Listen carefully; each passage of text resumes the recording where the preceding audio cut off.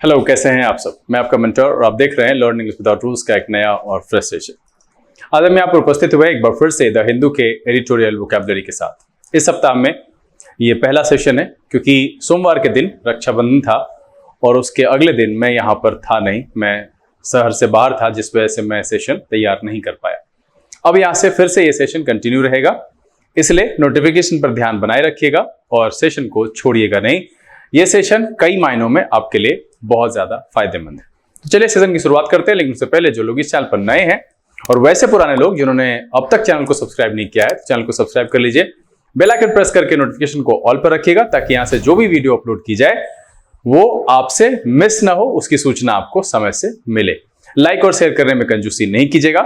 साथ में अगर कोई दुविधा है, कुछ पूछना रहे तो कमेंट में लिखने से झिझकिएगा नहीं। चलिए सेशन की शुरुआत करते हैं।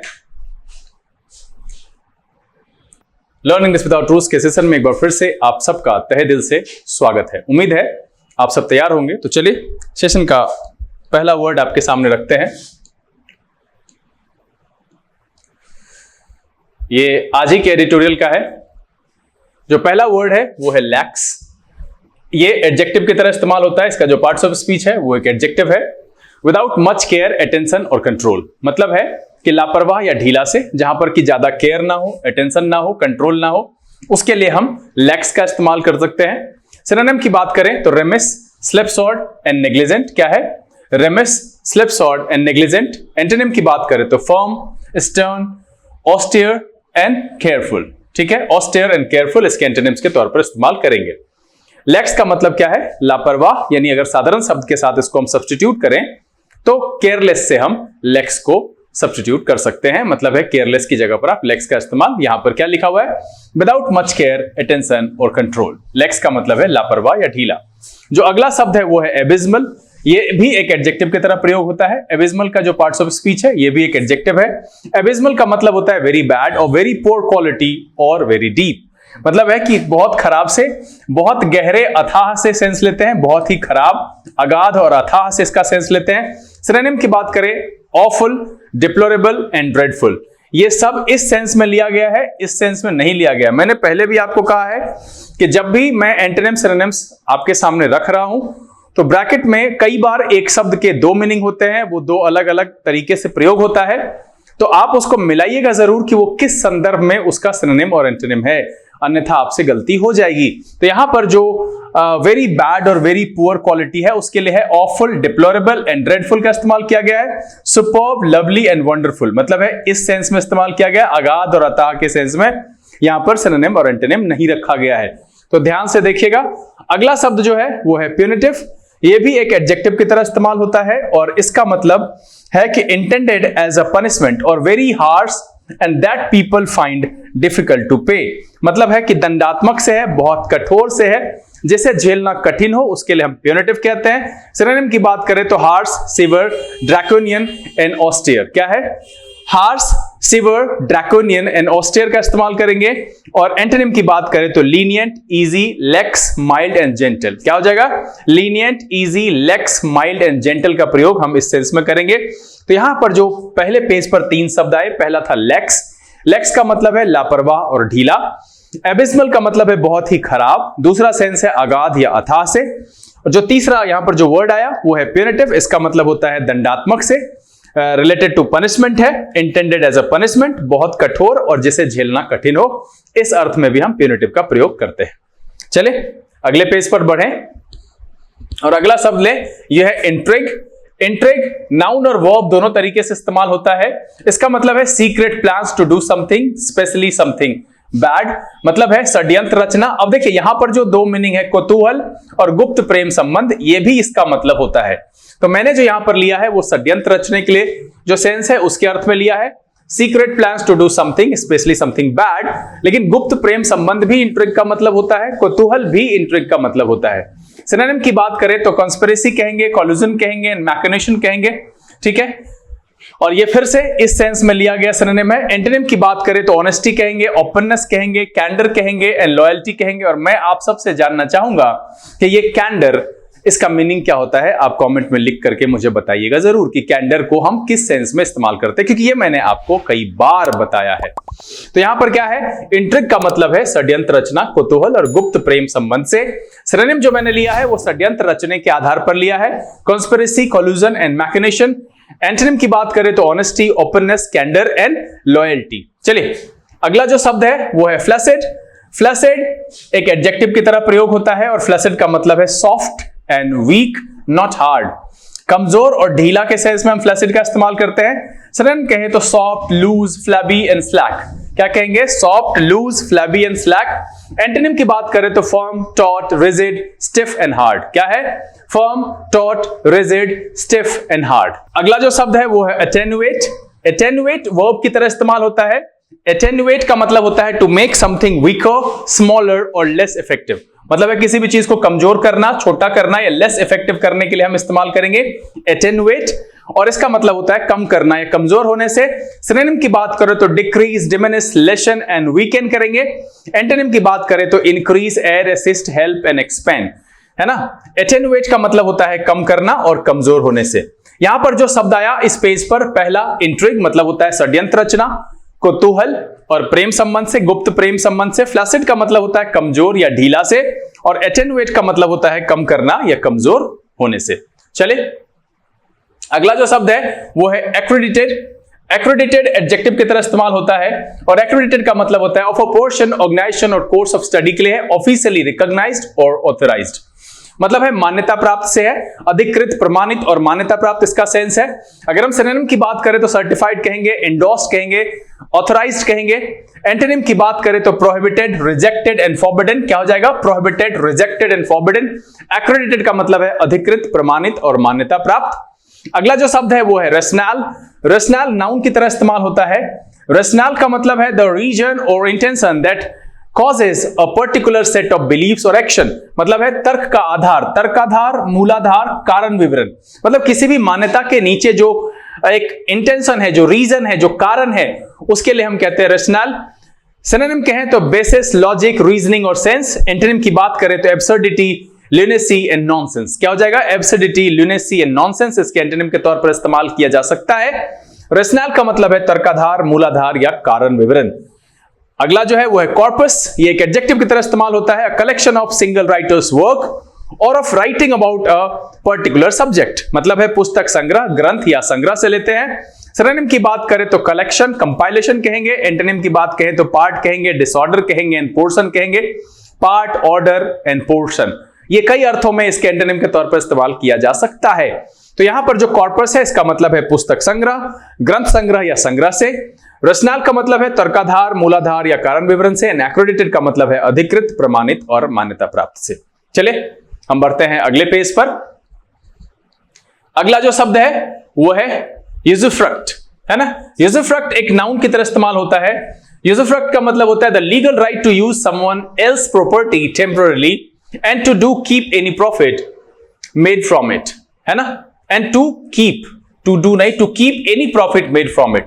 मतलब है कि लीगल राइट अगर किसी को मिल जाए, किसी और की प्रॉपर्टी को टेम्पररीली आप यूज करें, उससे होने वाले किसी प्रॉफिट को रख सके। To keep any profit made from it मतलब है भोग लाभ से है, जो उससे आप उपभोग ले सकते हैं, उसका फायदा उठा सकते हैं, उसके लिए हम यूजुफ्रक्ट शब्द का इस्तेमाल करते हैं। अगर हम सिनोनिम की बात करें तो लीगल राइट कह सकते हैं, यूज कह सकते हैं। इसमें कुछ एंटोनिम समझ में नहीं आया, मैंने छोड़ दिया यहां पर।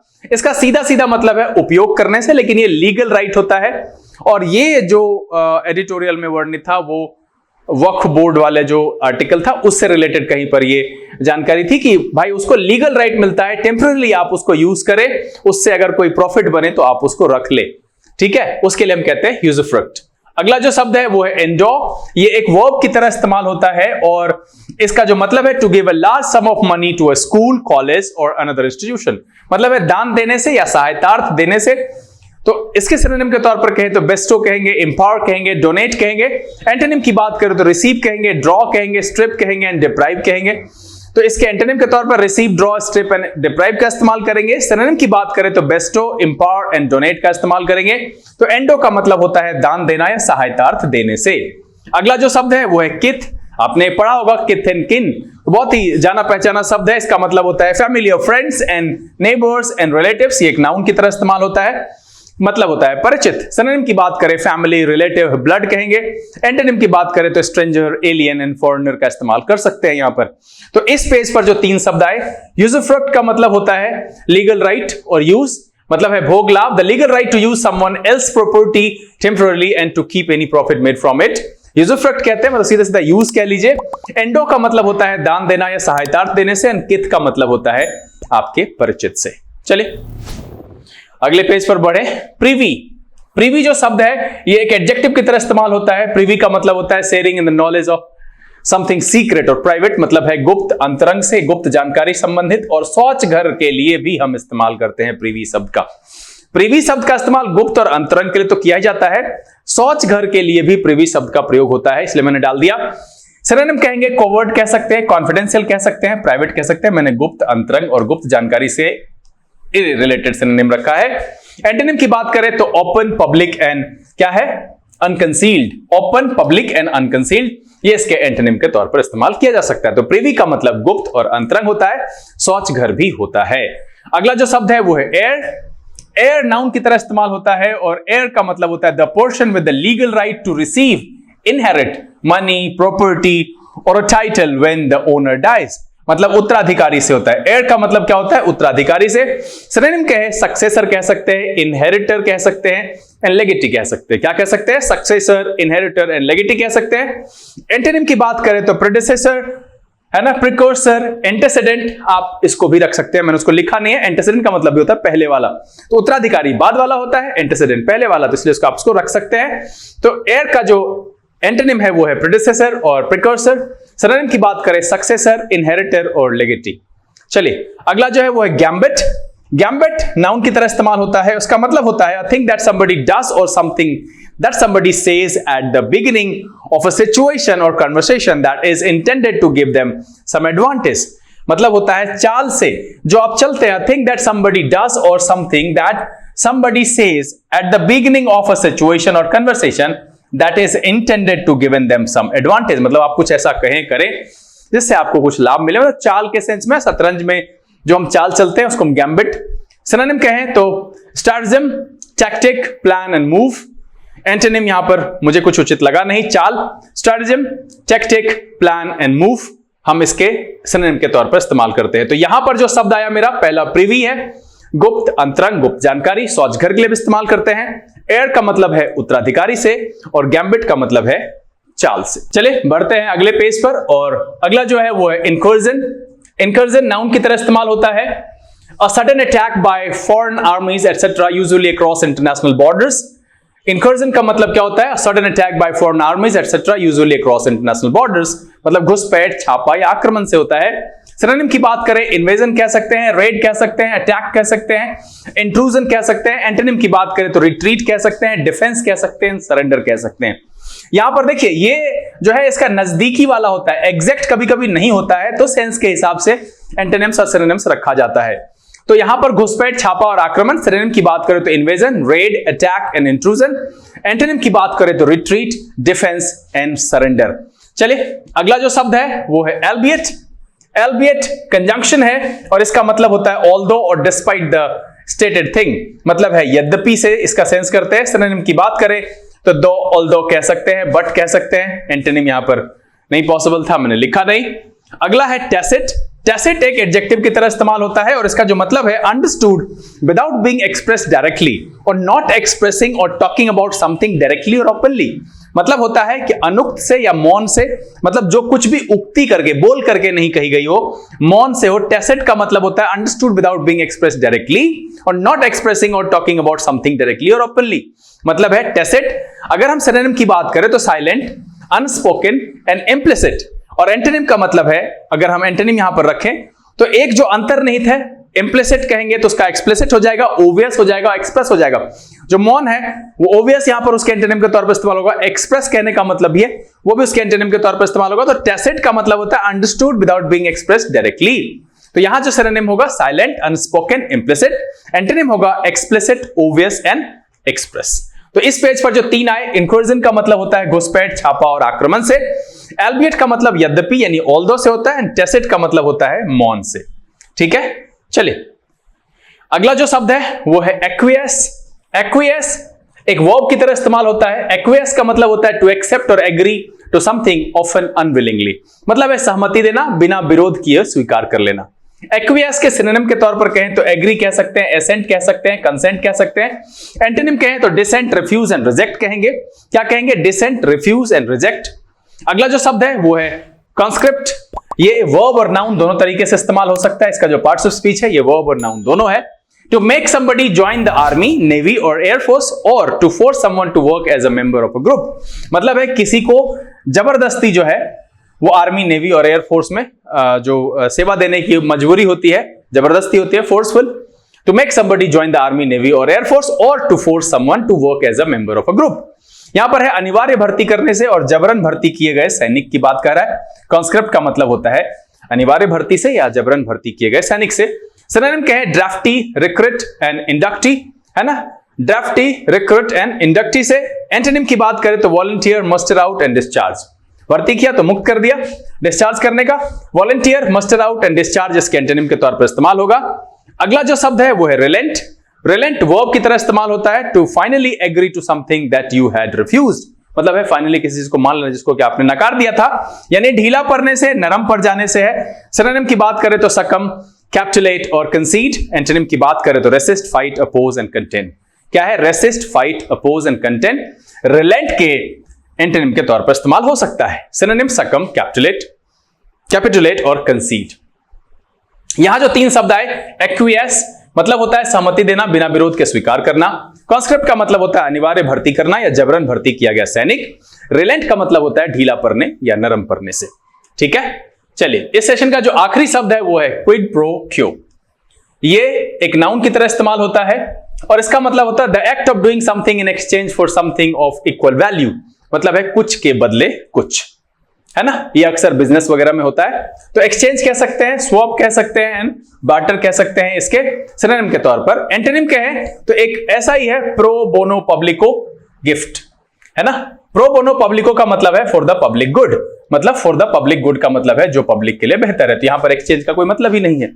तो सीधा सीधा है कि क्विड प्रो क्यो का उसी भाषा में प्रो बोनो पब्लिको जो है उसके एंटोनिम के तौर पर इस्तेमाल कर सकते हैं। वैसे सिनोनिम कहें तो एक्सचेंज, स्वैप एंड बार्टर इस्तेमाल करेंगे और गिफ्ट कहेंगे इसके एंटोनिम के तौर पर, मतलब है कुछ के बदले कुछ, क्विड प्रो क्यो। उम्मीद है इस सेशन में जो 20 शब्द आपके सामने रखे इसमें से अधिकांशतः आपके लिए नए थे और आपको ये सेशन बहुत ही मजेदार लगा और सारे शब्द सीखकर आपको बहुत अच्छा लगा। ये वीडियो अगर आपको पसंद आया आपसे लाइक कर दीजिए। अगर अब तक आपने चैनल को सब्सक्राइब नहीं किया है तो प्लीज सब्सक्राइब कर लीजिए, बेल आइकन प्रेस करके नोटिफिकेशन को ऑल पर रखिएगा। मैंने पहले भी कहा है कि अब ये सेशन फिर से पहले की तरह मंडे, वेडनेसडे एंड फ्राइडे को लाया जाएगा बिना किसी अपवाद के। अगर कहीं पर कुछ ऐसी परिस्थिति उत्पन्न होती है तभी ये सेशन रुकेगा, अदरवाइज आप इस सेशन को देखिए जरूर, क्योंकि आपके एग्जामिनेशन के पॉइंट ऑफ व्यू से और इंग्लिश को बेहतर करने के पॉइंट ऑफ व्यू से कई मायनों में ये बहुत ही फायदेमंद सेशन है। समय यहां से विदा लेने का, बहुत जल्द इस तरह के एपिसोड के साथ फिर आपके सामने उपस्थित होंगे। तब तक के लिए आप घर में रहिए, अपना और अपने परिवारजनों का ख्याल रखिए, खुश रहिए, मस्त रहिए, लेकिन पढ़ते लिखते जरूर रहिएगा। लर्निंग विदाउट रूल्स के सीजन से this is BK Singh signing off. Keep reading, keep practising. Thank you, God bless you.